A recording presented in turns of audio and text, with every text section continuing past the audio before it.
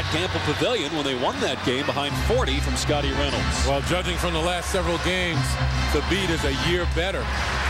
Able to put the ball in the basket, provide some quality low post action, as well as command the lane on the defensive end.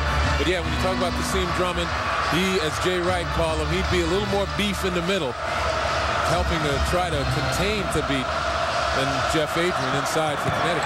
White hits at Hightower. Brian O'Connell, our officials. Villanova will start with a basketball. Drummond is out because of a right ankle injury. Pena bumped by Adrian to start the game, so a quick foul on Connecticut. Well, Connecticut opening up in man-to-man, and I'm not sure what Jeff Adrian was thinking about then. If you're going to bump a guy, you got to ride him out before he gets the ball. Jim Calhoun seeking win number 772 overall in his legendary career. Fisher with the miss, and here comes Connecticut. I think Thabeet was in Fisher's mind with that double pump and nobody around him. Trying to change his shot without even being in the vicinity. Stanley Robinson with the miss for UConn. Here's Pena, and the redshirt freshman from Brooklyn, who missed all of last year with a knee injury, gets the game's first points. And a quick timeout called by Jim Calhoun. Only 36 seconds into the game, and Calhoun right in the grill of Robinson.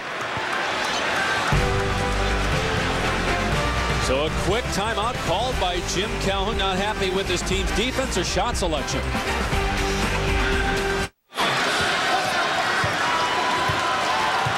Well, you'd think Connecticut had lost 10 in a row based on the demeanor of Jim Calhoun during that timeout that was called 36 seconds into the game.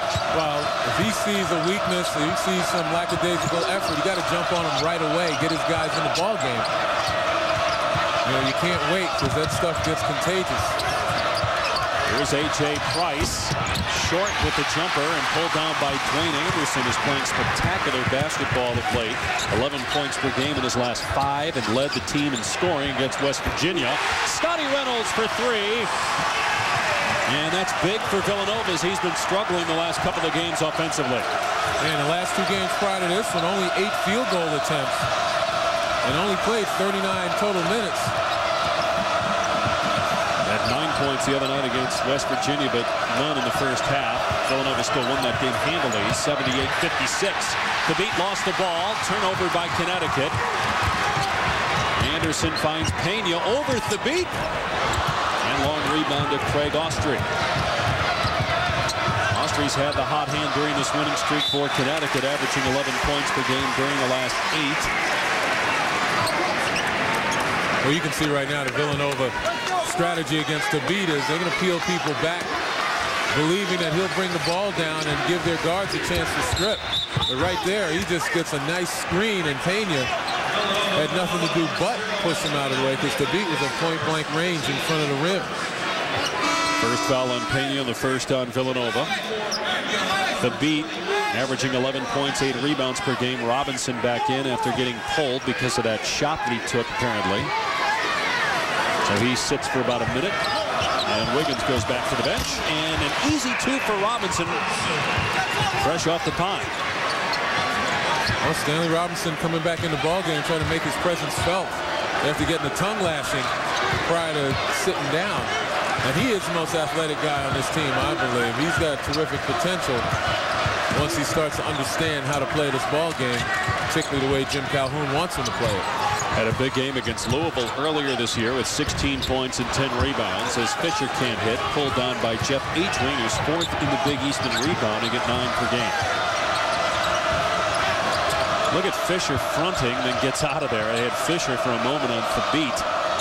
Now they got Cunningham, who's still giving up about 6 inches to Thabeet. And Price called for traveling. That's a second turnover already on Connecticut.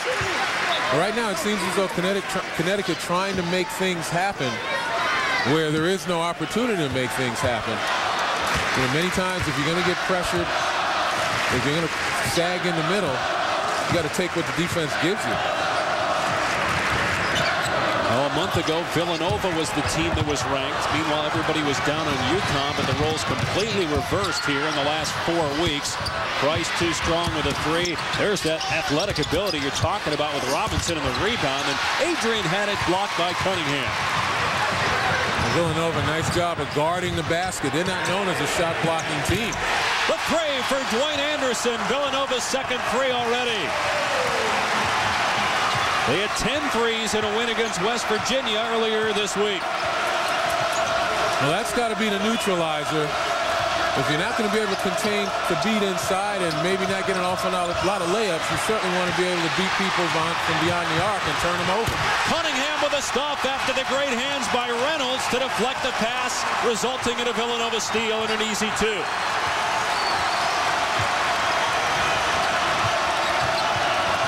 And Villanova's defense has been much better. For a while, they were last in the Big East in just about every category.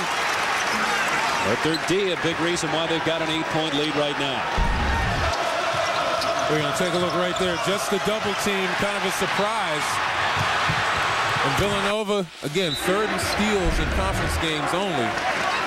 They have to extend their defense. They only average 3 blocks a game, so it's really hard for them to control the paint, particularly dissuade people from getting high percentage shots. So what you have to do is get on the outside and put a lot of ball pressure on. We talked about the improvement in defense, and Jay Wright was telling us before the game that their three-point defense has been much better of late. Austria trying to get inside, missed the shot. UConn just 1 of 7. And again, Cunningham behind the defense for an easy two. Well, if you're able to fast break in transition and obviously off steals, Thabit can't get there to block your shot. Got much better opportunity for high percentage shots. Price, no. Villanova looking to run again. They've got a couple of transition baskets already. We've got a whistle and a foul called here on Price, his first and the second on UConn. Well, Dante Cunningham, 10 points, 5 rebounds over the last couple of games. Running the floor, beating the big fellas down of Connecticut.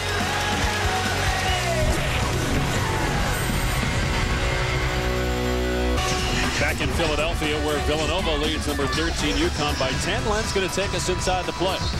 Well, Villanova doing a much better job defensively, and one of the reasons is they're playing together as a team. Now, in this instance, you're going to take a look at the help, all the help inside the paint. He steps up, he steps in, and you funnel him towards that. Now, Austria does a nice job of pulling up and doesn't draw the charge right there, but you see 4 guys in the paint able to rebound, particularly with the much bigger UConn team, and that leads to a transition basket. Much smaller, but much more aggressive is the Villanova defense, particularly today. You see the struggles for UConn in part because of Villanova's defense, and 9 fast break points for the Wildcats.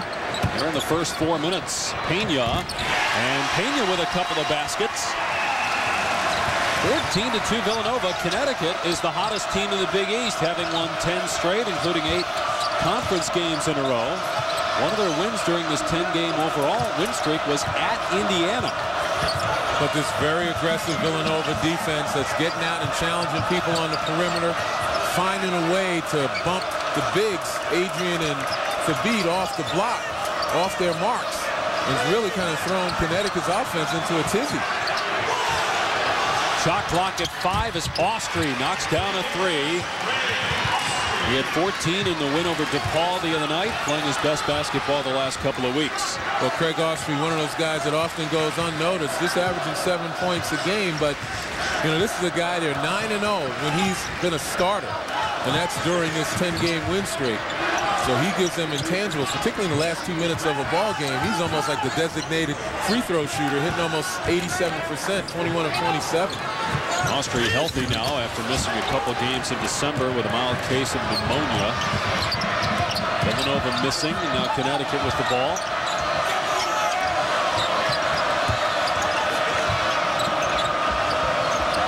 And look at Scotty Reynolds inside, fronting Jeff Adrian aggressively, and Adrian is trying to get over him, kind of with a swim move.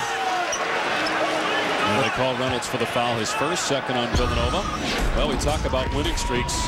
Memphis has the longest this year. They haven't lost yet. They take on Tennessee tonight in our Saturday primetime game presented by DirecTV at 9 Eastern. Number 1 versus number 2. Memphis has won 44 consecutive regular season games, 47 in a row at home. And our game day crew, Jay and Digger both picked Memphis. Hubert picked Tennessee. Len, who are you picking now? I'm going to pick Memphis only because they're at home.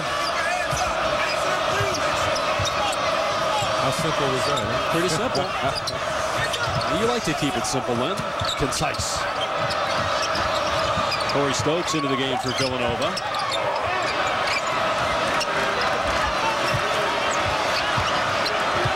And Connecticut just didn't look sharp offensively so far, as Wiggins was way off of that shot attempt. Well, they're not able to get the ball inside. Again, the aggressive defense of Villanova, a bit of ball pressure, but even guards fronting the bigs. Fisher fouled as he goes strong to the basket. Third Connecticut foul. Well, that's what Corey Fisher has to do. If he's a slasher, he needs to get in that paint. Only one of his last 10 three-point attempts and 5 of his last 28 field goal attempts. So he's slumping. He wants to get high percentage opportunities. And if he's going to go up against a big man, what you have to do is make contact. You're a little guy like that, and you got a shot blocker. You've got to propel yourself into his armpit, if you will. Try to create some body contact so you can draw the foul. That's the first off the beat. Price back into the game. Keep in mind, Connecticut the other day against DePaul trailed by 13 points to the Blue Demons early in the second half and came back to win. And that's been the story of this win streak for Connecticut. A lot of close games, but their ability to close the deal, so to speak. Again, Jeff Adrian, A.J. Price, the main guys in demonstrating that leadership and maturity of this Husky team.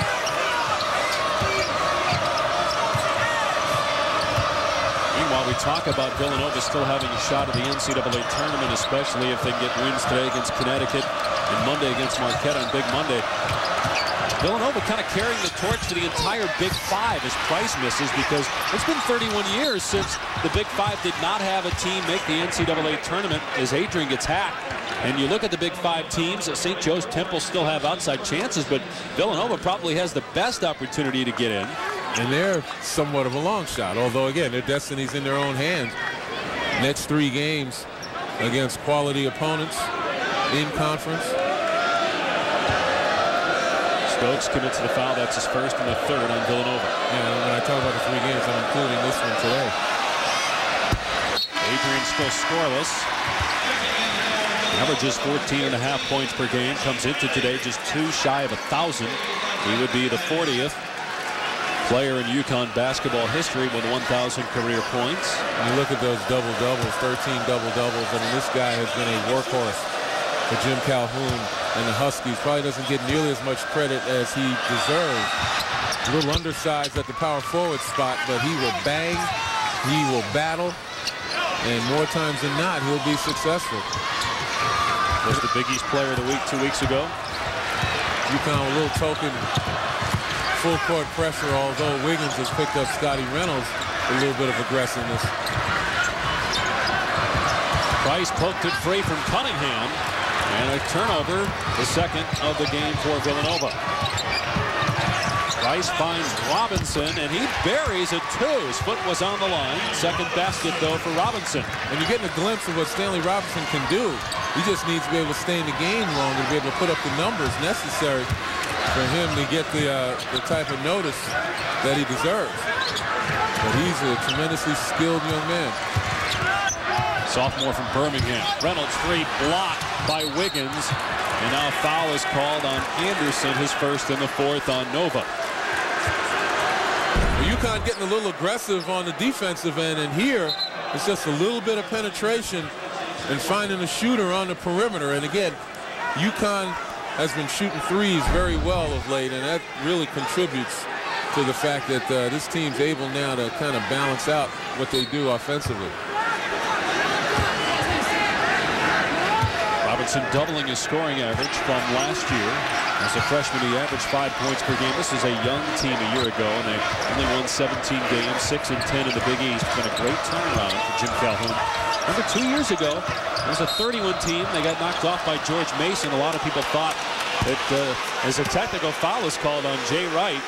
A lot of people thought Connecticut 2 years ago going to win the national title. Villanova actually beat them here when UConn was #1 in the country. Mike Kitts, though, calling Jay Wright here for a tee. And Mike Kitts' gesture was, I had enough. I think Jay Wright has been riding and riding Trying to keep the officials aware of the fact that this team undersized, trying to battle inside.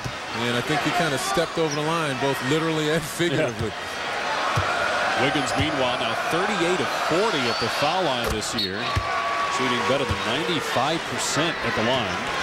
Both benches were actually worn, but Wright is given a technical here.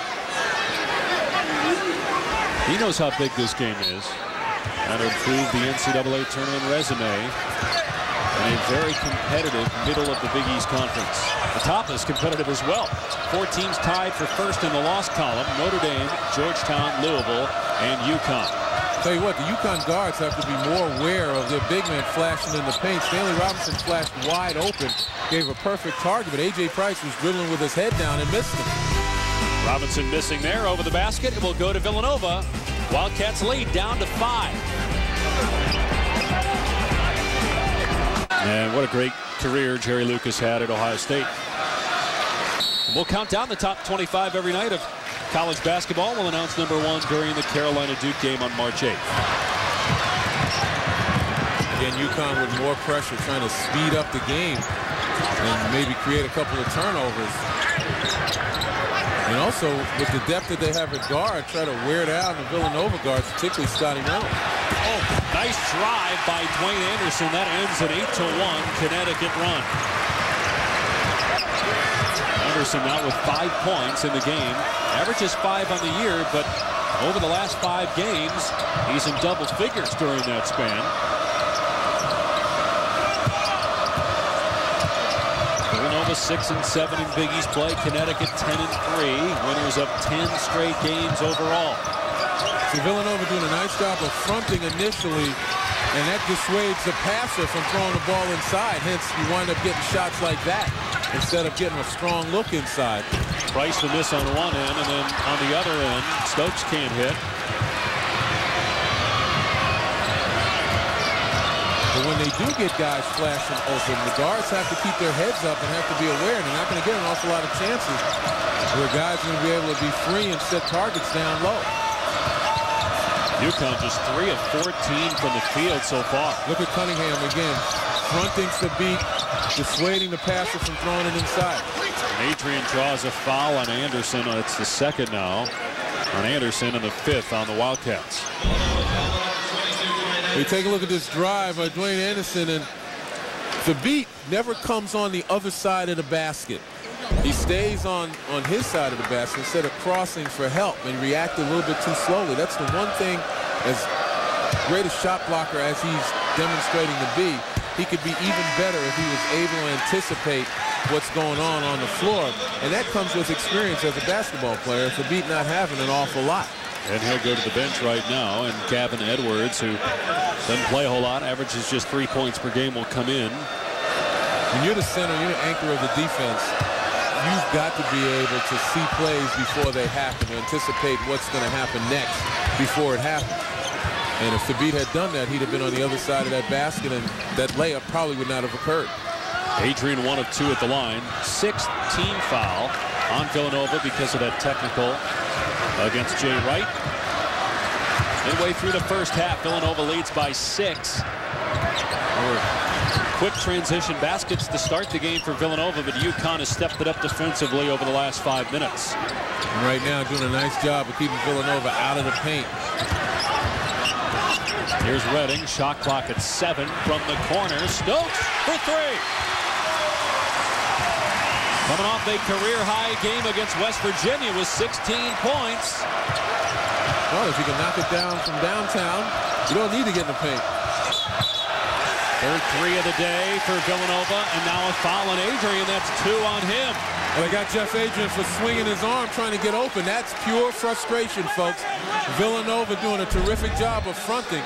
But here, as I mentioned, Connecticut keeping Villanova out of the paint, but maybe a little bit overzealous help right there by Austrie gave Stokes the opportunity to hit that shot. But on the other end, definitely that was a frustration foul by Jeff Adrian, because he's been fronted and fronted, not able to get the ball on a straight post feed. And eventually, as a big guy, you get tired of those little guys. They're like swatting a gnat, you know? You just swat him back, wouldn't you, Len? You know what? You got to use your feet. You got to get good position. That's what it comes down to. And your teammates have to play with you. Now, I wouldn't be surprised if Jim Calhoun goes to somewhat of a high-low because of the weak side help. If you're going to front a guy, you take away the weak side help and you're able to lob over. But right now, he's keeping the guy on the opposite block, and there's help. Physical sequence here. It ends up in Thabit's hands as he's back into the game and dives on the floor. You see a 7'3" guy going after the ball on the floor like that. You know, that's about putting your body on the line, trying to play as a team. I wonder if he's been watching Shaquille O'Neal. We've seen Shaq do that a couple times this year, including in his first game with the Suns against the Lakers on Wednesday. Another opportunity here for Connecticut, and Price makes the most of it, driving to the basket for an easy 2. That's his first basket of the game. He is 6th in the Big East in scoring in conference games only. 17 points per game. And look at the ball pressure Doug Wiggins is trying to apply. Corey Fisher, the point guard, with this unit out here, and Wiggins is in his grill. Fisher, tough pass there, trying to hit Cunningham, but it was last touched by Edwards. And you can attribute the difficulty in getting the ball inside to the ball pressure applied by Doug Wiggins. And Stokes is going to get substituted for by Scotty Reynolds. Jay Wright understands Fisher gets substituted. That Fisher's having a lot of trouble trying to get the ball where it needs to be at the point. Cunningham challenged by Edwards, and Price now ahead to Austrie.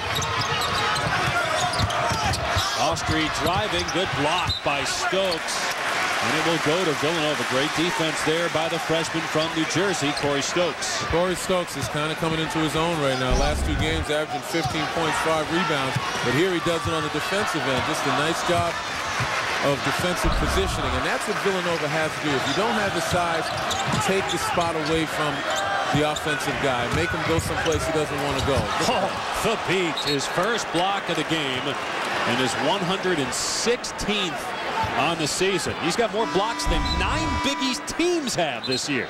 Well, here it's his own man. And Cunningham didn't create enough room, or left too much room, I should say, between him and Thabit. Shot blockers like to have a little bit of room where they can elevate and go get the shot. If you're against their body, every movement they make could conceivably be called a foul. But Thabit, if we can get him to keep the ball inbounds, you're a very good shot blocker just by making contact and knocking the shot down, but you're a great shot blocker when you start keeping the ball live. There's another block by Connecticut, which leads the nation in that category for the 7th straight year. Of course, they had one of the best shot blockers in college basketball history, Emeka Okafor, who led the NCAA 2 straight years. Robinson finds the beat down low, got it stripped, and Villanova basketball. And that's another area of Thabit's game he has to improve on, strength of hands. You get that ball inside. If he gets it, no one should ever be able to take it away from him. Corey Stokes with his second 3-point basket of the first half. Here's a guy that coming into last week was averaging 4 points per game, but averaging 12 over his last 3 games and 6 already today. Price can't hit on the other end. Knocked out of bounds, though, by Villanova. Corey Stokes has had the hot hand for Villanova the last couple of weeks. Stroking it again today, and Villanova leads by 10. Great matchup of number 1 versus number 2. Memphis and Tennessee tonight at 9 Eastern. Also 2 of the best players in the country, and Chris Douglas Roberts and Chris Lofton. You picked Memphis to win the game, Len. If Tennessee is to win, what's going to happen for the Vols? Well, I think, one, they're going to have to turn Memphis over. They like to pressure full court, and they like to do it sometimes a full 40 minutes, but they've got to be able to get some easy opportunities in transition. Lofton is going to have to shoot the ball, and I think Tyler Smith is going to have to dominate inside the paint, and that's not a small task with Joey Dorsey in the middle. That's something Hasheem Thabit has been doing of late, but scoreless in the game for Connecticut. He does have a block. His team, though, down 10 here on the road. Winners of 10 straight games. Their last loss was January 17th at home against Providence. And the 2 post players for Connecticut severely frustrated right now with only 2 points between Adrian and Thabit, and those are 2 free throws. Clark traveled. His playing time has dwindled after starting the first 17 games. He's come off the bench for the last 5.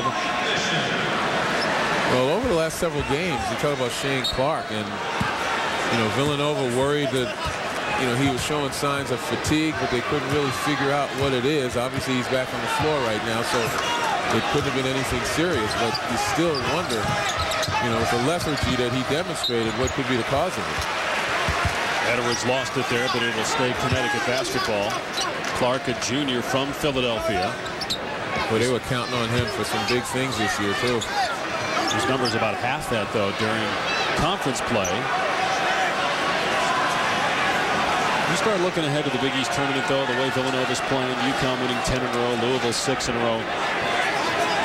And the top 12 out of the 16 make the Big East tournament. This is going to be maybe as good as they've ever had at Madison Square Garden. Here's Fisher after the Villanova steal, and a foul is called on Wiggins, trying to strip Fisher. That's his first in the 5th on Jim Calhoun's squad.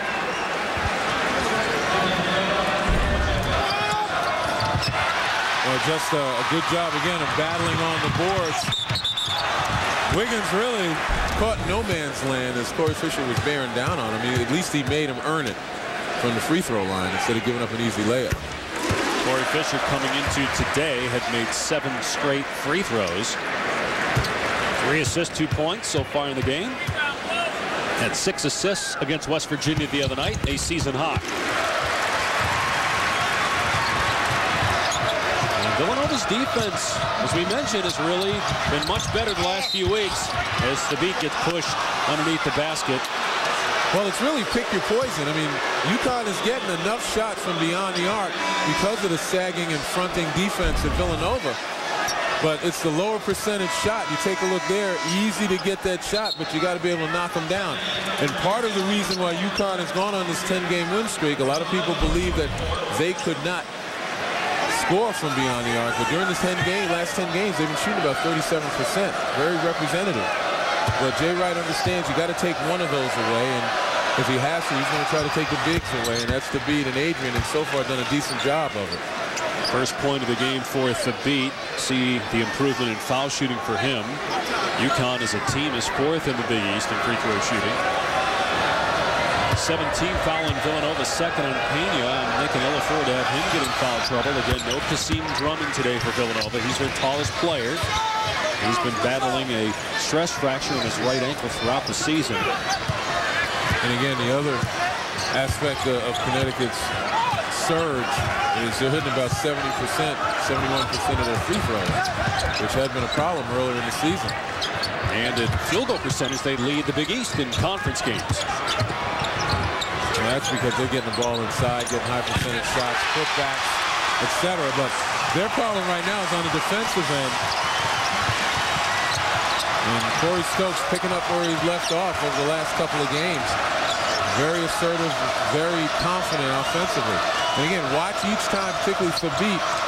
Jeff Adrian not in the ball game, but every time Thabeet tries to post up, you get a guy in front of him trying to take away that pass. And Connecticut needs to pull the man on the other block away from the basket so you might be able to throw a lob. Stokes now with 9. Price on the other end. Nice move by A.J. Price. And the reigning Big East player of the week has 4 points now in this game. Again, reason for Connecticut's ability to close games, to come from behind, is the leadership of A.J. Price primarily, and certainly Jeff Adrian down low. Price has really emerged. Last 10 games, 17 points. Fisher misses the 3. Austrie with the ball now for UConn.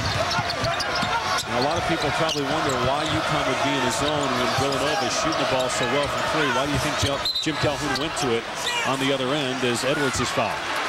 Well, primarily just to change the defense right now. I mean, look, UConn is so much bigger. Yes, Villanova's a little bit quicker, and that may be a concern that Jim Calhoun has. But, I mean, you look at the comparison between UConn, even their guards. Yeah.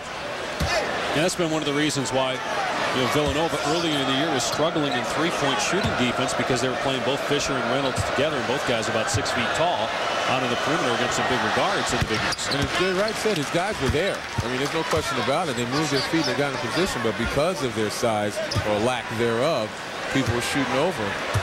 So he's got to mix in a big guard every now and then to try to patrol the perimeter. 18 foul in Villanova, first on Fisher, and 1 out of 2 for Edwards at the free throw line. Villanova leads by 10, 4 minutes and 30 seconds remaining here in the first half. And, you know, obviously Jim Calhoun has got 3 bigs along the front line. Difficult man-to-man matchup. Stokes from way out, his 4-3. But that's not where it's coming from. It's not coming from the baseline or the wings. It's coming from out top.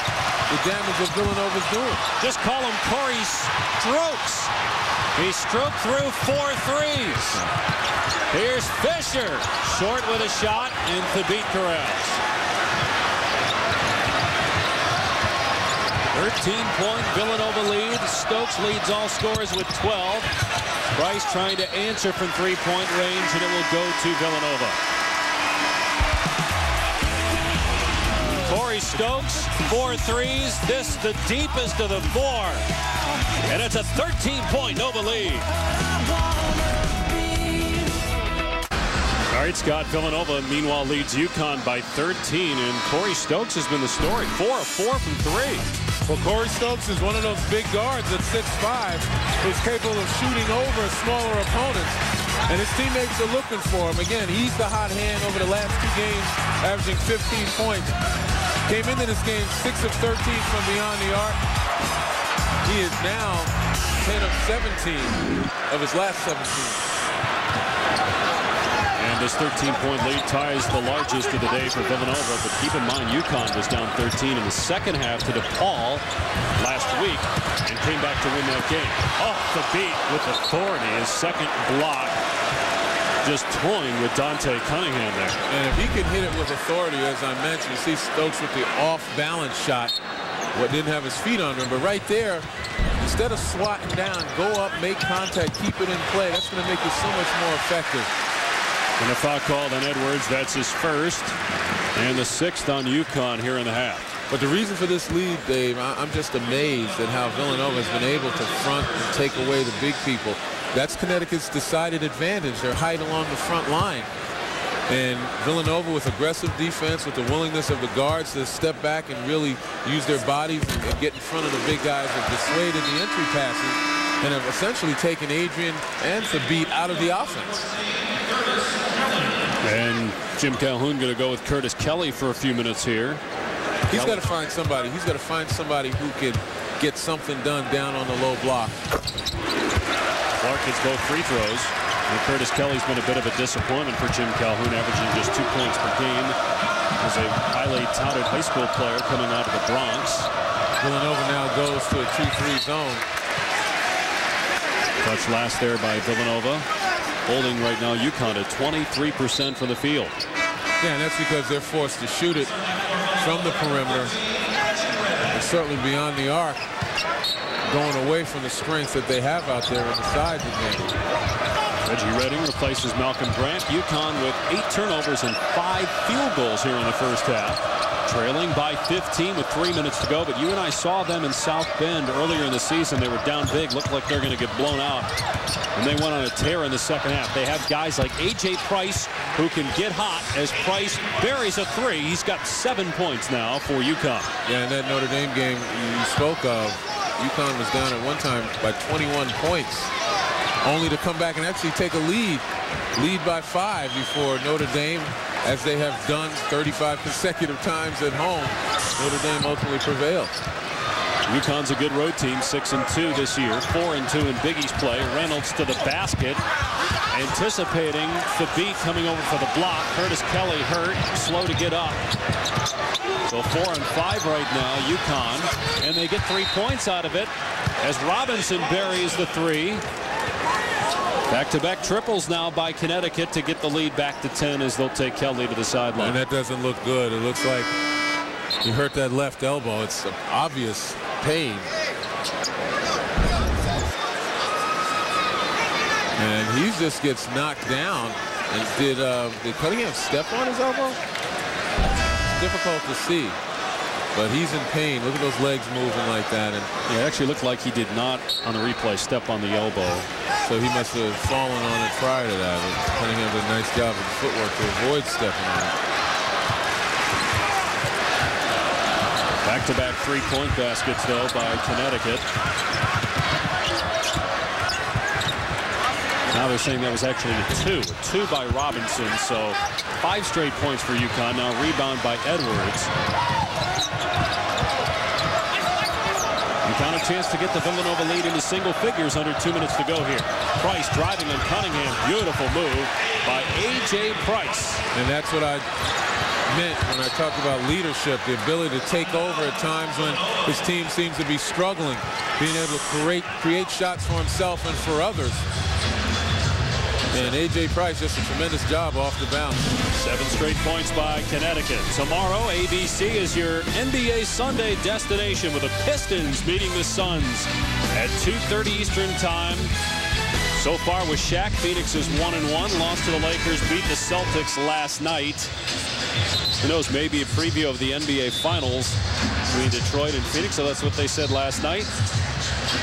And Amari Stoudemire, terrific last night in Phoenix's win. UConn has won 10 straight games entering today. And they started the year 10-2 with one of their losses coming against Memphis, which plays tonight against Tennessee, and then struggled in the Big East early portion of the schedule. Then the suspensions of Jerome Dyson and Doug Wiggins. Wiggins has since been reinstated. And UConn's been on a tear since. By the way, Dyson will practice tomorrow for Connecticut and could play in UConn's next game against Rutgers on Tuesday. Stokes and the miss by Fisher on the back door. Thabit clears. Well, it was the intimidation by Stanley Robinson on that one. UConn does a nice job of getting the penetration often enough and changing shots with their length. Nice step in front by Clark, and the great save along the sideline in front of the Villanova bench. Once again, it's the front. Stokes finally misses a 3 after making his first 4. It'll be UConn ball on a 7-0 run. We'll take a look at the quick feet as Shane Clark just steps in. That pass a little lazy and a bad angle. Austria would have been much better served had he taken it down towards the wing to get a good angle and feed to beat.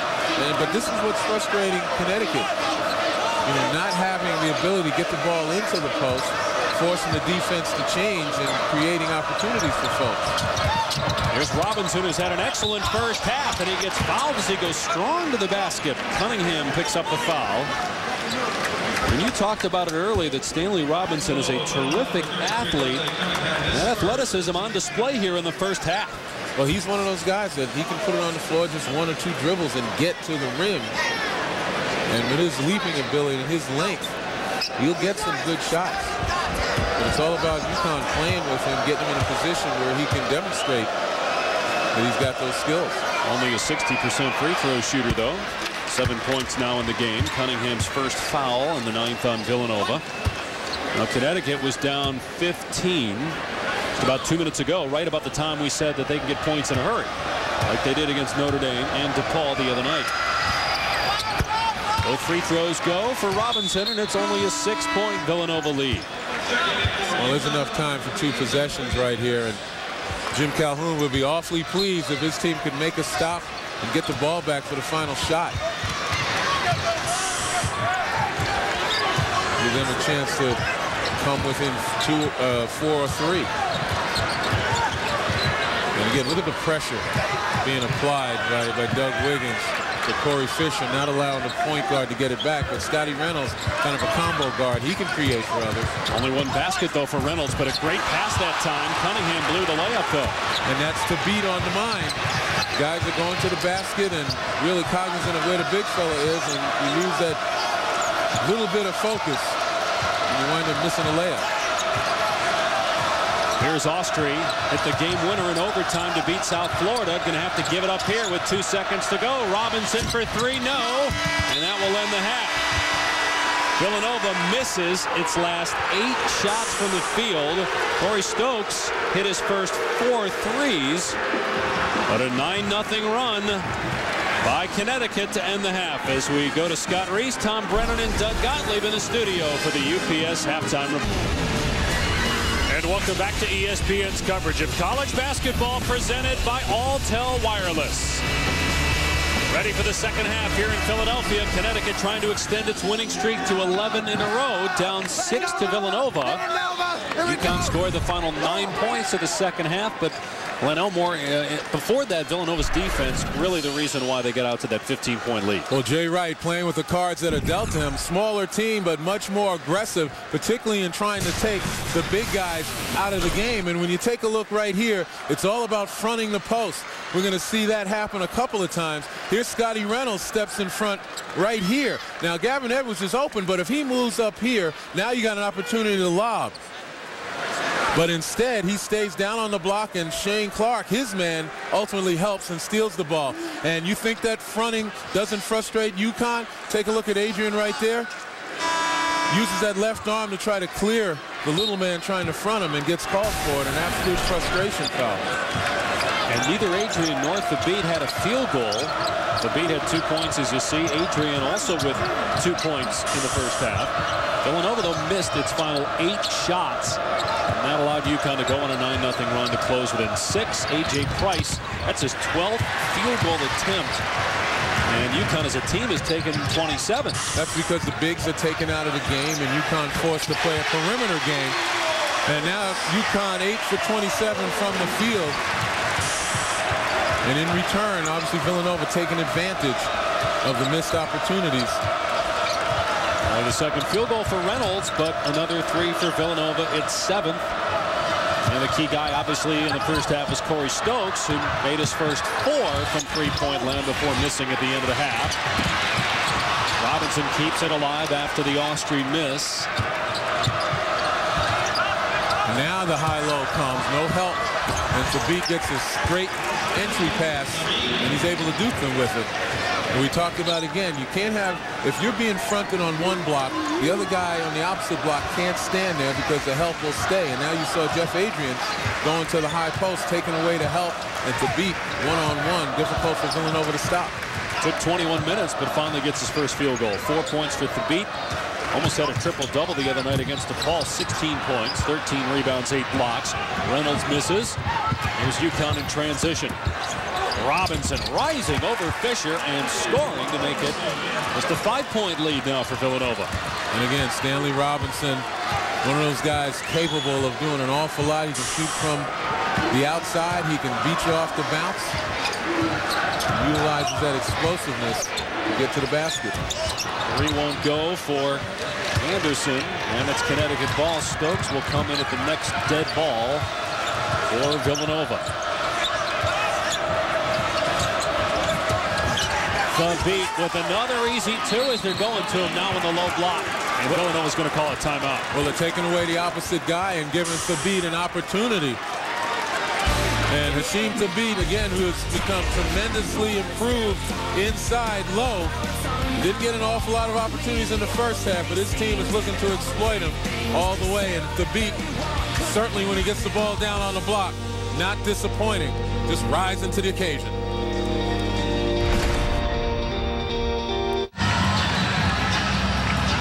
Well, if you're a Connecticut fan, you're rooting for big man Hasheem Thabit, but that's not always been the case with big men. We actually found this picture in the case of Qumran. It's 3,000 years old of Goliath. And, of course, the big bad wolf, Len. Then things got a little bit better for the big men. The Jolly Green Giant. Clifford the big red dog, and then Len's idol growing up, Big Bird. That's who you modeled your basketball game after, right? Well, I'll tell you what. It's all about image control. And the perception has changed. Now they root for the big guy now.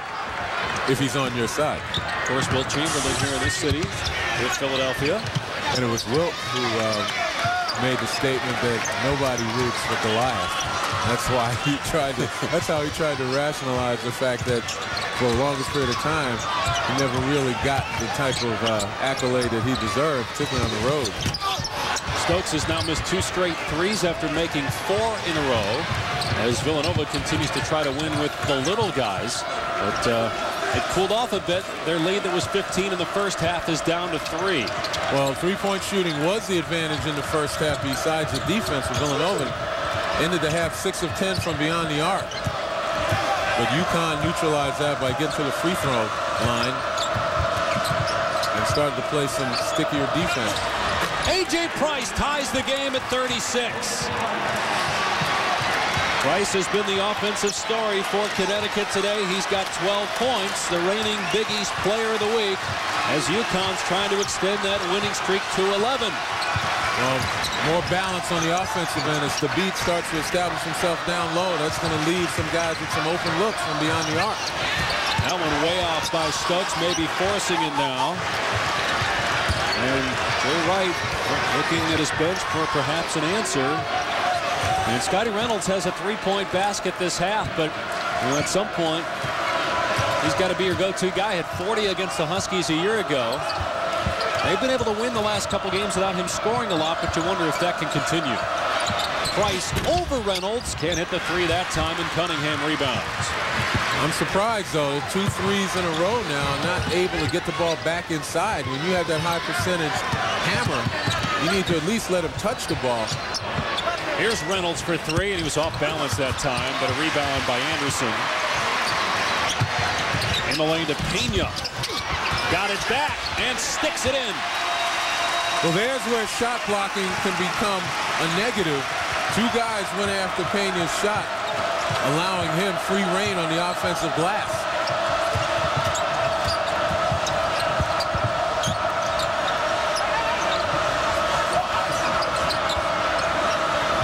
Entry pass to Adrian, and he gets his first field goal of the game. So both he and Thabit coming alive here in the second half. And again, it's because the help side is taken away, and it gives UConn the opportunity to lob over it. And you know, it's a good sign for UConn when they can start going back inside. It makes everything else easier.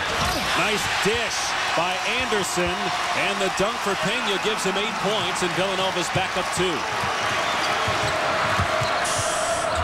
They leave Austria open, but he can't knock down the three, and knocked out of bounds, though, by Anderson. Well, Antonio Pena, knowing that he got some thumpers inside, does a nice job as 2 guys go after a shot, but Pena perseveres.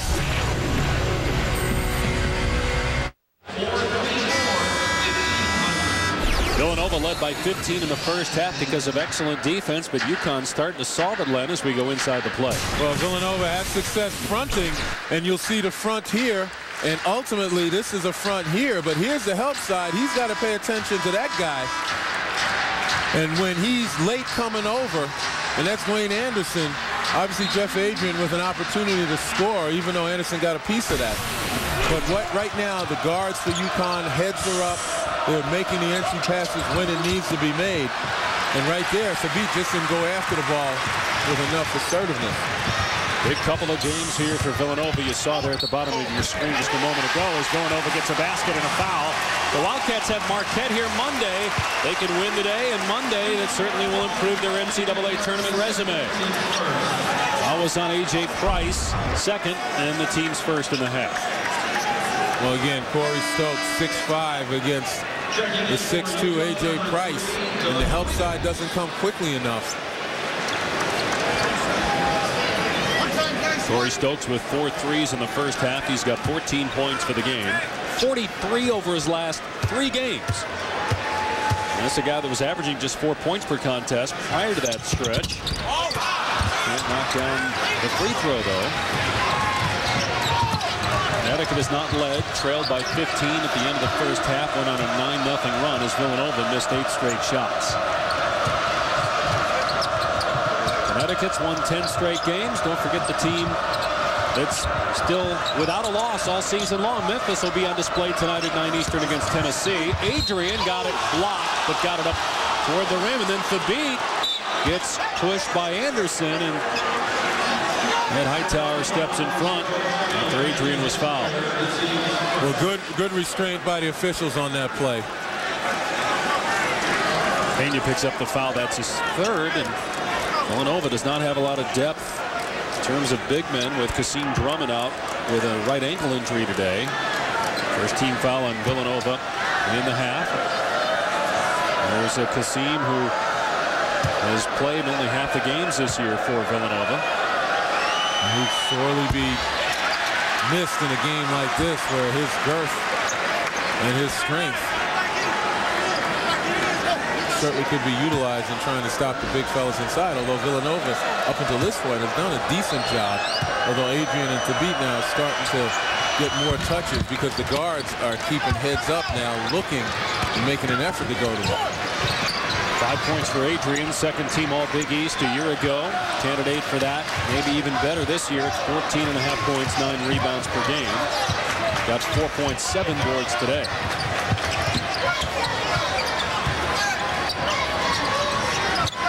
6 minutes gone by here in the second half. Villanova by 3. Reynolds on the fadeaway. He's got 5 in the second half after only 3 in the first half. And the lost start of the mid-range game, Scotty Reynolds demonstrating that it pays to be able to shoot inside the three-point arc, taking what the defense gave him. Here's Austrie getting past Stokes. Nice play by Anderson. He's had a couple of good defensive plays. Cunningham in transition, lost the ball, and it will go to Connecticut. Take a look now at our Circle of Success brought to you by Altel Wireless. I mentioned the fact that Memphis has not lost this year. In fact, 44 straight regular season wins going back to last year. Davidson beat Winthrop last night to make it 17 straight. Connecticut's won 10 in a row. They'll go to 11 today if they win, and they have Rutgers on Tuesday. And, of course, number 1 versus number 2 tonight. Memphis and Tennessee at 9 Eastern on ESPN. Down low to Adrian, 1-on-4, and Adrian's able to score. And how about Jeff Adrian with the knack of scoring in a crowd down low? And again, only listed at 6'7", and is just barely that. That upper body strength, that explosiveness down low. He doesn't mind the contact. Tough shot by Stokes, got the bounce. Corey Stokes with 16 points to lead his team in scoring today. Just a freshman from New Jersey. Has not started a game yet this year, but his playing time has increased dramatically over the last couple of weeks. Well, you know the adage, it's not who starts, who finishes, and Corey Stokes has definitely earned his way to be a finisher for Villanova. He ties his personal best of 16 points from his last game against West Virginia. Got that in just 21 minutes in a win over the Mountaineers. Here's Reynolds pushing the pace, and that got deflected by Austria. It'll stay Villanova basketball. Reynolds with 5 points here in the second half. Guy that's 8th in the Big East in scoring. They haven't really needed a scoring the last 2 games, but certainly it's helped here since intermission. Now he's shooting from way out and buries a 3 to give him 8 since intermission, and the lead back to 8 for Nova. And you can tell Scotty Reynolds made an adjustment on that type of shot coming off the screen. Earlier in the game, he had been off balance. Really couldn't get the ball even close to the rim, and that time squared up nicely. And these folks like it. Villanova's made 6 straight shots after that Reynolds 3. Take a look at Reynolds' shoulder right here. He comes back around the screen, shoulder square to the basket, not shooting from the side as he had in a couple of previous attempts. Once again, uses the screen nicely. A little handoff by Cunningham right behind that screen. Body square, feet set, knocks it down. And many of you know Scotty Reynolds was not even supposed to be at Villanova. He originally signed with Oklahoma and Kelvin Sampson out of high school.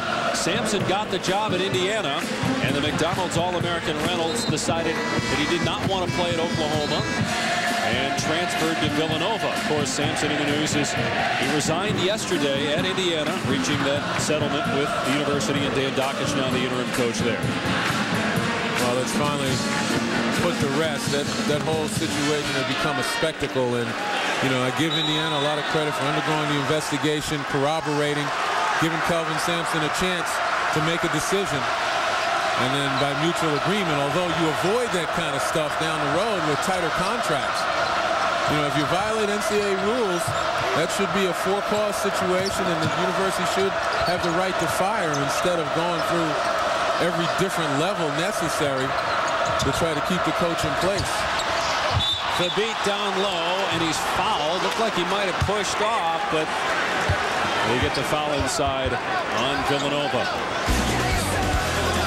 That's points on Anderson. That's his third. Villanova leads by 8 at home. Scott Reese with a SportsCenter in-game update. Georgetown and Cincinnati and Roy Hibbert averaging 14.5 points per over his last 10. Just 4 today, but the Hoyas up comfortably at home. It's now 41-33. Dave? And it was Roy Hibbert's 3 that right now is the difference between Georgetown being in first place instead of Connecticut. Hibbert beat the Huskies on that 3. Right now they trail Villanova by 8. Don't forget tomorrow on ABC, a good one between the Suns and Pistons. Starting at 2 Eastern with the GMC NBA Countdown. Tip-off at 2:30. You had a chance to watch much of Shaq yet in a Suns uniform? Well, I saw his debut against the Lakers, and even though the Suns lost that game, what it tells me now is that Phoenix is able to play different speeds now. You can't win a championship unless you adapt. If you can't impose your will game in, game out, you got to be able to adapt. And with Shaq in the game, they're a better half-court team. One of those 13 Connecticut players, Rip Hamilton of the Pistons, be in action in that game tomorrow. And a lot of people think even though the Celtics have the best record in the East, that the Pistons will represent the East in the finals. Your guess is as good as mine on who's going to be the team in the West, with you look at Houston winning 11 in a row, and the Beat knocking down the free throws, and Connecticut back within 6. The Huskies have won 10 straight entering today. Well, the NBA West is almost as competitive as the Big East, top to bottom. You got 4 teams essentially in first place right now in the Big East, at least in the loss column. Georgetown and Louisville both 11 and 3. UConn and Notre Dame both at 10 and 3. Villanova in 10th place right now at 6 and 7, but key opportunities here at home today against UConn and then Marquette on Monday. And a foul called here on UConn at second team foul. And they get the Beat for his second personal. Well, UConn third in field goal percentage defense, first in blocks. And those two go hand in hand. At that time, they allowed Villanova to wriggle off the hook with the foul, but that was a good example then with the ability to block shots and change minds. Stokes thought he was fouled. Last touch though by UConn. Look at the drive right here. The Beat everywhere, even when he's not. Stokes crying for the foul, but he got the ball back. Yeah, he had a beef though. If the Beat's left hand was holding the right arm of Stokes, but no foul called. Now there is a foul called. They're going to get Wiggins for a hold. That's his second and the third on UConn in the half. And I know what's going through Jim Calhoun's mind right now regarding the last 2 calls. That was definitely legit. I mean, Wiggins trying to play good defense, but still had a body on Reynolds that time. Stokes just lost that one, but able to track it down. And look at Wiggins really trying to apply ball pressure, keep the ball out of Scotty Reynolds' hands, which is smart. The more you make him work, the easier it is to defend this shot. Reynolds was moving to his left on that shot attempt. Adrian down low after a terrific pass by Doug Wiggins. And now Adrian, who did not have a field goal in the first half, all of a sudden has 9 points. UConn within 4, a ton of time left here in Philly. Take a look at this pass again by sophomore Doug Wiggins, who's really stepped up his game of late. Well, a lot of the stuff Wiggins has contributed today won't show up on the stat sheet, although that assist will. I mean, Wiggins has applied ball pressure. He's really stuck his nose in, particularly towards the end of the first half and here in the beginning of the second half, and making it difficult for the ball handlers of Villanova. Jump ball after Thabit gets the block on Cunningham. Meanwhile, Scotty Reynolds has had to go to the bench. He's shaken up, was limping to the sideline. It'll stay Villanova basketball in the alternate possession. 3 blocks now for Thabit, along with 8 points, 8 rebounds. The 3 won't drop for Anderson, and the backside board to Price, ahead to Robinson, and traveling is called on Robinson.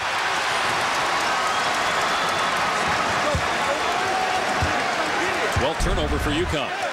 Well, the Beat right here just doing a marvelous job They're playing goaltender inside. He turned when the pass was made, got his body turned towards the driver. And that's the kind of anticipation that he needs to demonstrate on a consistent basis. And he can be even better than he is right now as a defender. Sophomore, Thabit from Tanzania, 7 feet 3 inches. Last year only had 6 games scoring in double figures. He's got 12 this year as everything's going in for Stokes today. He banks that one in for his 18th point as they continue to look at Reynolds on the Villanova bench. Corey Stokes, a big guard, able to go one-on-one against the smaller guards of UConn. A.J. Price for 3, keeping Connecticut in the game. He's got 15 points. At least keeping him in it from the outside. It's been Adrian on the inside for the Huskies here in the second half. Once again, you look at Doug Wiggins making ball handlers work. And Fisher fouled outside by Wiggins. And that's 3 on him. Hasheem Thabit, just a work in progress right now. And, you know, if this is any indication of what the finished product will be, he will be one tremendous force inside, not only on this level, but possibly the next level as well. And again, it comes down to getting experience as a player. And the more plays he sees, the more time he gets, the better able he is to anticipate defenses and thwart. There was Robinson there that got the block. You know, Connecticut has led the country now 7 straight years in block shots. I meant anticipate offenses and thwart them. When you look at the progress that he's made, just tremendous improvement. Sky's the limit. I don't think he's close to what he's capable of doing. Robinson able to save it to Price. UConn can cut the Villanova lead to 1 or tie it on this possession. They were down 15 in the first half. Price buys lonesome, no. And then Ed Hightower collides with Dwayne Anderson. It will stay UConn basketball. UConn has not led this game, but has had it tied on 2 occasions here.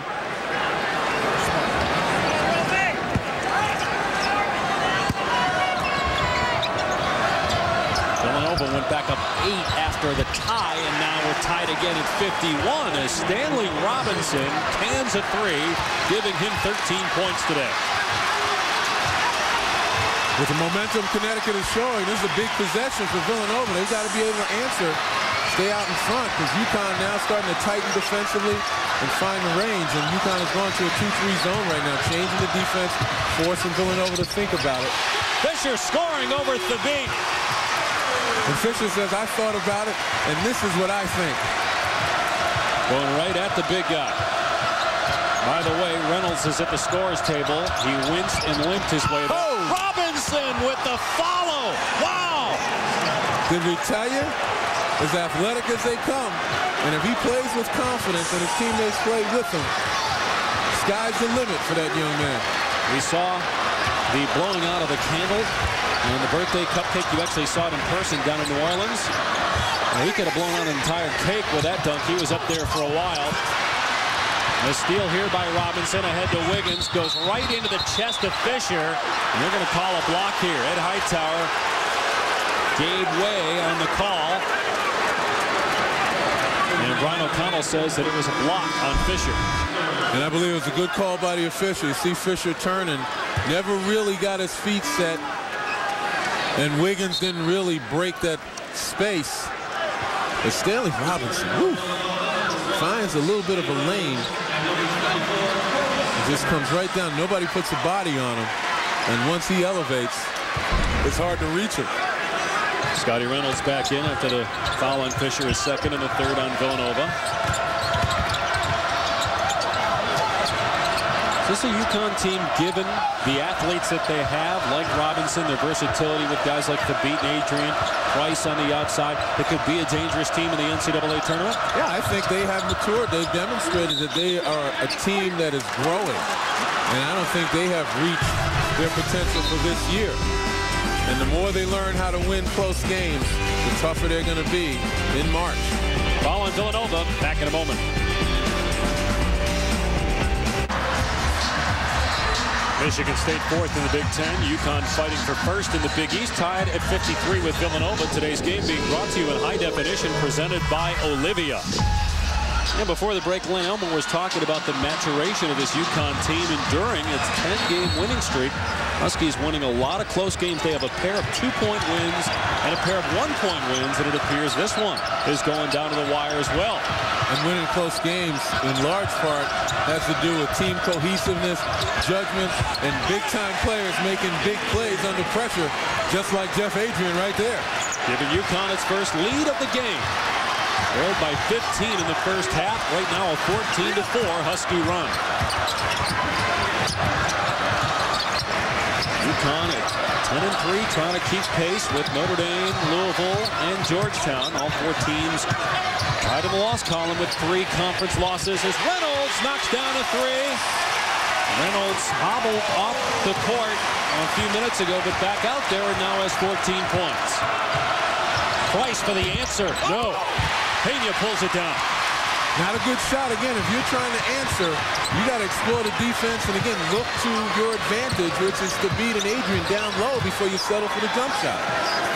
Now, what's happening here, Scotty Reynolds recognizes he's got to take over a little bit. The adjustment made. Corey Stokes had been killing UConn, but the switch, Stanley Robinson, much bigger now, switched on Stokes, and Stokes not able to get the shot he wants.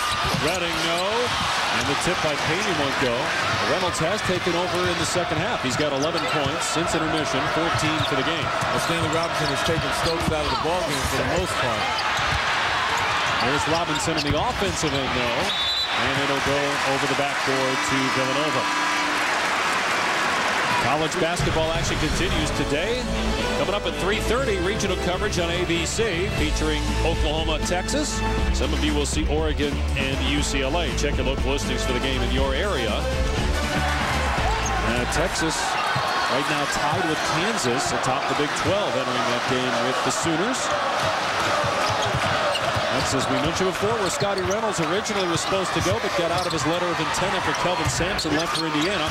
Ends up at Villanova as Pena tips it in, and 5 straight points for Wildcats. Started by Reynolds, 3, and now the 2 by Pena. Timeout, Jim Calhoun. Well, he can't be happy with the breakdown right there, given that wide open lane, much similar to what Stanley Robinson did a couple of plays ago.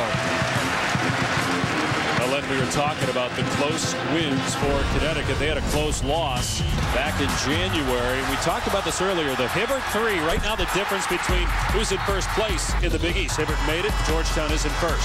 Then against Cincinnati, Bearcats unable to hit a shot at the buzzer. UConn wins by 1. Palacios an opportunity to give Louisville the win. He can't hit. Connecticut wins that game by 2. Johnny Flynn for 3. No. Connecticut beats Syracuse by 2. And then Craig Austrie with the game winner to beat South Florida in overtime just a couple of weeks ago. Make that actually last week, a week ago Saturday. And you look at the record in games decided by 7 points or less this year compared to last season. Well, this is the yardstick by which maturity and growth are measured. Improvement in close game situations over last year, and you see a tremendous improvement by UConn. And again, it goes back to somebody exercising good judgment out there down the stretch, team cohesiveness, being able to execute, as well as the big-time players making big plays under pressure. 10 straight wins for UConn, 2 in a row for Villanova, trying to keep its NCAA tournament hopes alive. Austrie with the 3, right on cue. And credit to Beat, though, who is maintaining control. He's surrounded by 3 guys in white shirts, knocked it loose, but Thabit became assertive. Somehow found the strength in his hands to hold on. So we're tied at 58, just over 5 minutes to go. And look at the ball pressure right there. 5-second call. Craig Austrie just hounding. I mean, hounding Reggie Redding. 7th turnover for Villanova today in Connecticut, with another opportunity to retake the lead. Yeah, that's Redding trying to run the point.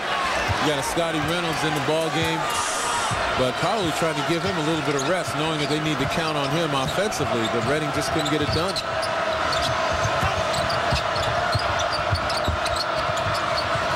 Adrian couldn't catch the pass from Wiggins. Batted out of there by Cunningham, and now Reynolds has it for Villanova.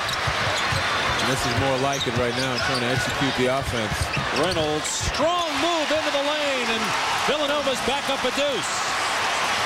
That's 13 in the second half for Reynolds, 16 for the game.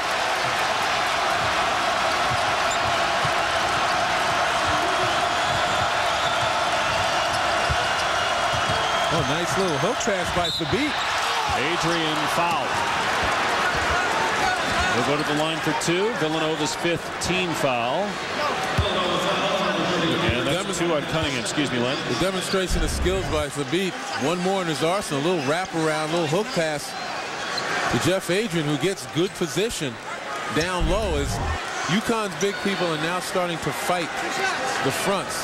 And that time, Thabit, who was on the opposite block, came to the top, and it was kind of a high-low situation, something we talked about in the first half that Connecticut had to make the adjustment, and they did. And Adrian has certainly benefited from getting that good low-post position as Anderson comes back in with 4 personal fouls. Adrian did not have a field goal in the first half. He's got 4 in the second half, but struggling at the free throw line, just 3 of 7. Well, unfortunately for UConn, for a lot of guys except for Craig Austrie, that's been more of the story this year.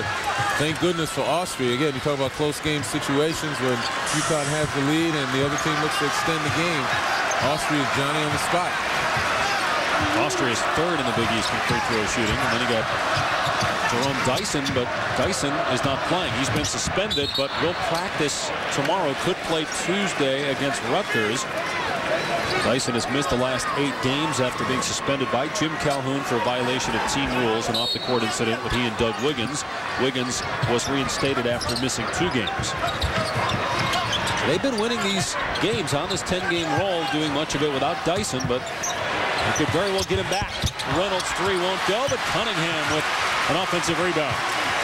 Long shots, long rebounds, and Dante Cunningham, a nice job of not getting caught on their knees, but right around that dotted line. Reynolds off the Cunningham screen, short with a 3. And Robinson got poked in the face inadvertently by Anderson and still got the rebound.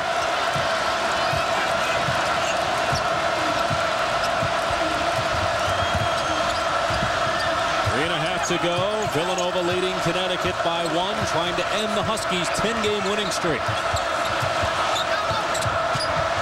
Robinson has had a terrific game offensively, but short with that attempt. Reynolds ahead to Cunningham in transition for the basket. And that's how Villanova vaulted out to the lead in the first half, getting down the floor, beating the Connecticut bigs down the floor. In transition, giving them better opportunities to attack the rim.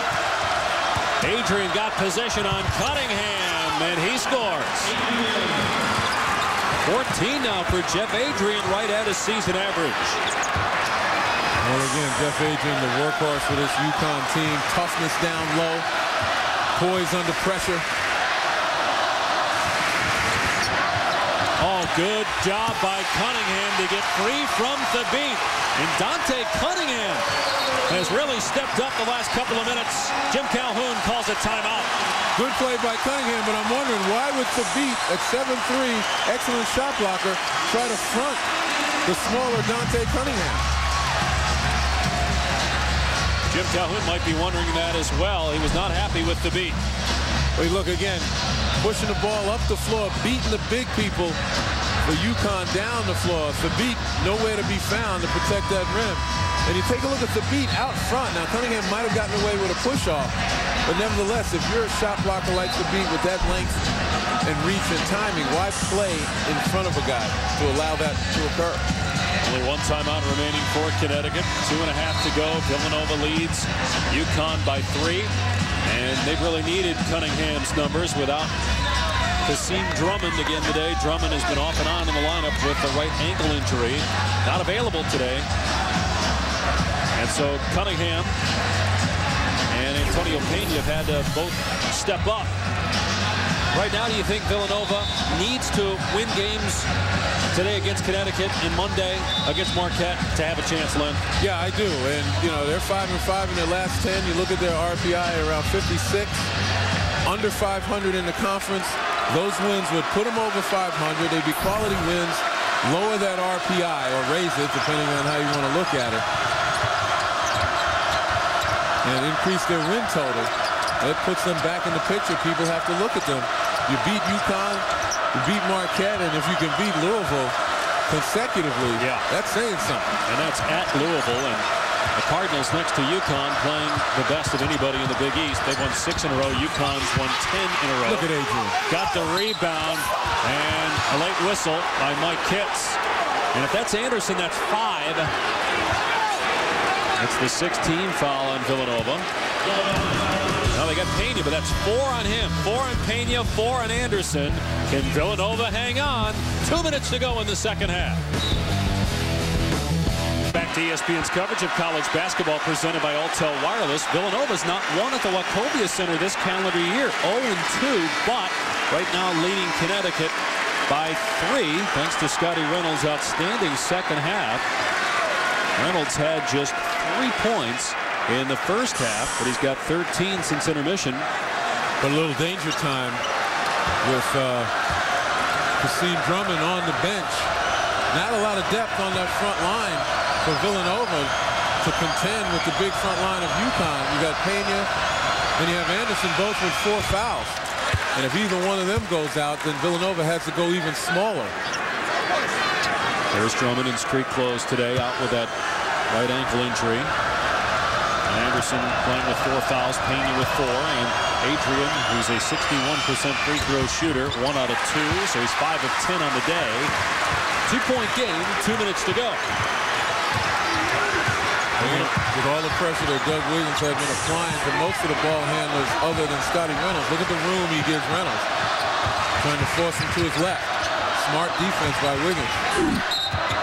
And Reynolds grabbed by Wiggins. That's the 4th on him, 5th on UConn, so still 1 more foul to give for the Huskies. Before they put Villanova at the line, Villanova 3rd in the Big East in foul shooting, in case you're wondering. And last year they led the country in that category.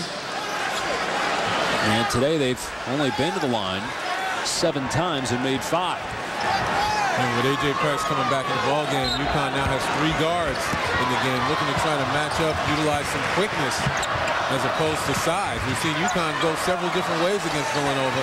Huge front line, then they go to a smaller unit, which is out there on the floor right now. Nice back door. But Reynolds tried for the extra pass, and he threw it away. Well, he really had no place to go. His best option would have been, because he still had his dribble it back outside instead of trying to make that cross-lane bounce pass. And he had Thabit right there. Yeah, he had no place to go. He couldn't even see the daylight. The presence of Hasheem Thabit, even though his numbers aren't what they had been recently, still a major factor. Connecticut with a chance to tie it or take the lead on this possession. Here's Price to Wiggins for 3, and the lead in and out. Rebounded by Anderson. Villanova ball with a minute to go, leading by 2. Reynolds will call a timeout. That'll leave Villanova with 2 remaining. UConn has 1 left. But a terrific Big East physical, emotional game here in Philly.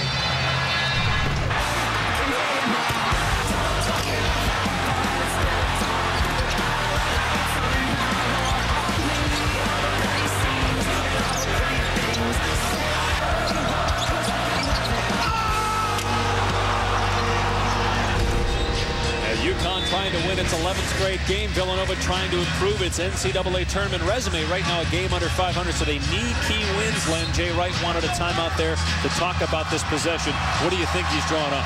Well, he's got to be able to take a look at penetrate and kick. You know, none of his guys are going to be capable of posting up against the beat particularly, but Scotty Reynolds handling the ball, and maybe you get another ball handler capable of getting into the paint, and now you have some spot-up guys. That's what's been successful for them in their half-court sets throughout this game.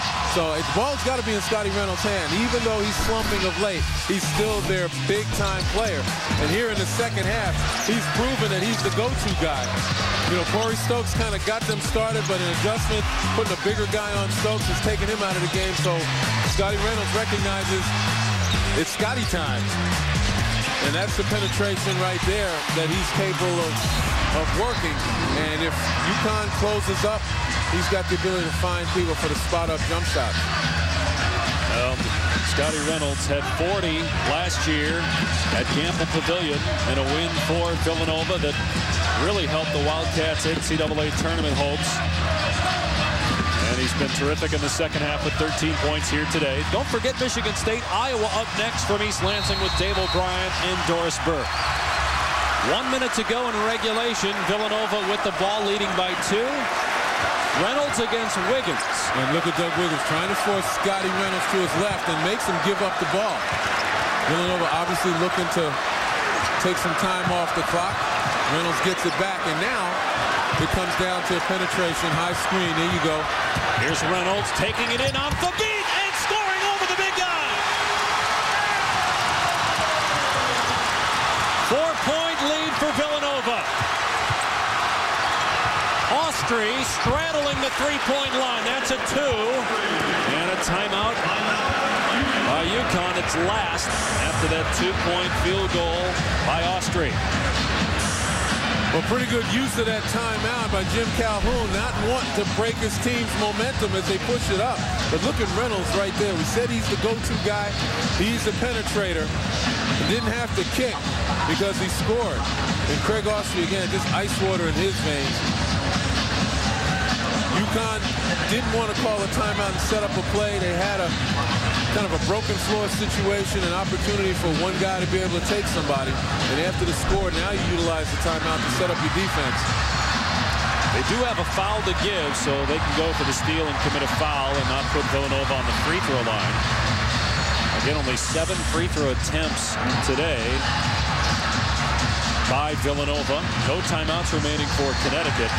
Well, the reason for the 7 free throw attempts is because they really haven't done anything but play perimeter basketball. And when they got out of transition, they beat people down the floor. UConn not even close enough oftentimes to even foul. Well, if you think this one's been fun, check out tonight when number 1 meets number 2. It's Saturday prime time, presented by DirecTV. It's Memphis and Tennessee. Memphis at 26-0, Tennessee at 24-2. Memphis has won 44 consecutive regular season games.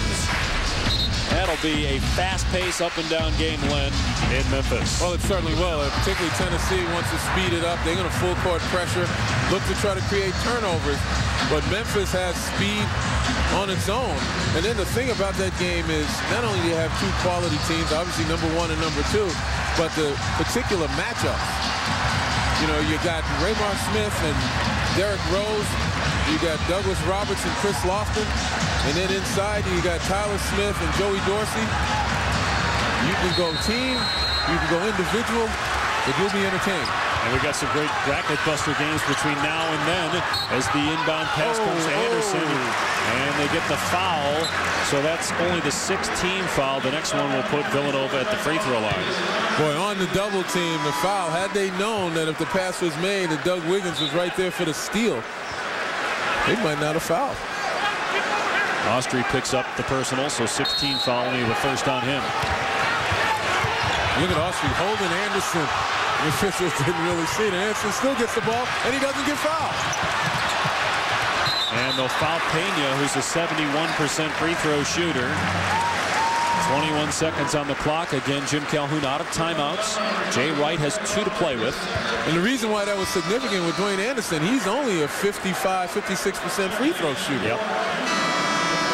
That was certainly the guy you wanted to foul in the backcourt. UConn had 2 guys there, and he just spun right past them. 66-64, Villanova leads. UConn has won 10 straight games. And the Huskies are tied in the loss column with Georgetown, Louisville, Notre Dame atop the Big East. With Len Elmore, I'm Dave Pash.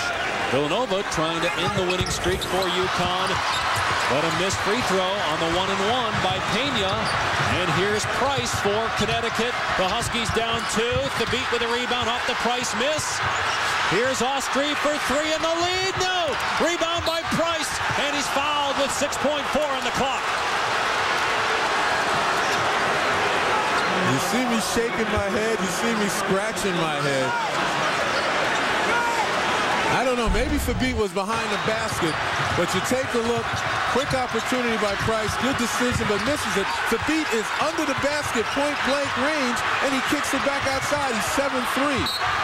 Fortunately, the opportunity on the offensive foul, Connecticut gets to get to the free throw line, but my goodness, 7-3 under the basket. And again, it comes down to experience. You know, if Thabit had more experience and understood who he is and what his advantages are, he would have taken that ball up strong. And he's become a good free throw shooter, so even if he's fouled, the opportunity was still there. But 7-3 under the basket with that kind of explosiveness, don't throw it back outside. And then you had the air ball three, but A.J. Price, smallest guy on the floor for UConn, is there, and he gets fouled. Iowa, Michigan State up next. Keep in mind, Villanova just recently was in a game very similar to this with Georgetown and ended up losing the game on a foul that was called with a tenth of a second left. And Jonathan Wallace for Georgetown went to the line, hit both free throws. Georgetown won that game. And they end up losing this game. That loss against Georgetown in this one might be too much for Jay Wright's team to overcome in terms of getting into the NCAA tournament. Remember what we said about close games: judgment, team cohesiveness, and big-time players performing under pressure. And here's the pressure on A.J. Price. No timeouts remaining for UConn, one for Villanova. Price missed the first free throw. He's a 75% foul shooter. Scotty Reynolds saying, glad it's not me. Better you than me up there. One more for Price. Got the second one, so UConn down one. And Villanova will call its final timeout.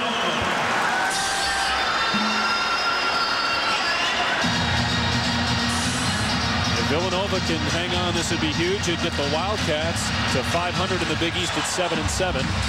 Along with ending Connecticut's 10-game winning streak. Villanova plays on Big Monday here at home against Marquette, then at Louisville. And then winnable games. South Florida at home and Providence really struggling. Going into the Big East tournament, Wildcats can beat some of these ranked teams. They may be not only on the bubble, they might be in. Well, I would tend to agree. They certainly would be worthy of consideration. As I said, beating those teams would improve their RPI, obviously improve their conference record, and improve their overall wins. And certainly over a last 10 survey, it would improve that number as well. That's a team that suffered through a 5-game losing streak, and Jay Wright told us earlier today that his team is finally becoming a basketball game. He's had to mix and match a lot of guys with injury to Kassim Drummond and young players, and Scotty Reynolds in a different role than he was last year when they had Sumter and Nardi, and opponents were not as concerned with Reynolds as they are this year, being the #1 option. You would imagine he would be the #1 option here. He's an excellent foul shooter, 88% free throw shooter in the last 5 minutes of games. Neither team at a timeout, 6 seconds remaining. Villanova ball, leading by 1. Almost a quick steal attempt or a simultaneous foul on the steal attempt. Here's the inbound to Cunningham, and they foul him with 4.9 on the clock. It's a 1-and-1 situation, 18 foul on UConn. Cunningham is 72% free throw shooter. A good job by Cunningham as a pressure release guy, recognizing that he had to come to the middle to receive because the guards were being denied. Len, how hard is this for a big guy when you have not been to the free throw line all game to go to the foul line with 5 seconds to go, or does it really matter? Well, it's not just a big guy, it's anybody. It comes down to this. If you're a 72% free throw shooter, you want to be 1,000% right now, 100%. Missed the front end of the 1-and-1, but gets the rebound. And we'll get another opportunity as he's fouled with 2.3 on the clock. It was batted out, it looked like, by Anderson. And the rebound by Cunningham in the foul. Well, take a look on to see if there's a block out on either guy. Long rebound, and I don't think Thabit got in there quickly enough. Didn't get his hands up quickly enough. Looked like it was Pena that batted it out. Maybe Anderson got a piece of it as well. And that's the 19th foul, so again a 1-and-1 for Cunningham. Got this one. Makes the most of that second chance. And Jim Calhoun does not have a timeout left. 9 points for Cunningham. This one to make it a 3-point Villanova lead. Missed it. Do they get a shot off? Price does, and it is no good. And Villanova wins by 2 and ends Connecticut's 10-game winning streak.